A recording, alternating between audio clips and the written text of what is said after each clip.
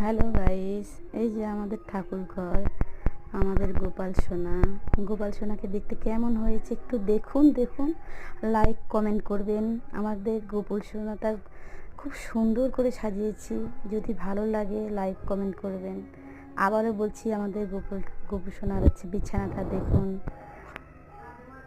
দেখছেন তো? খুব সুন্দর করে সাজিয়েছি বিছানাটা।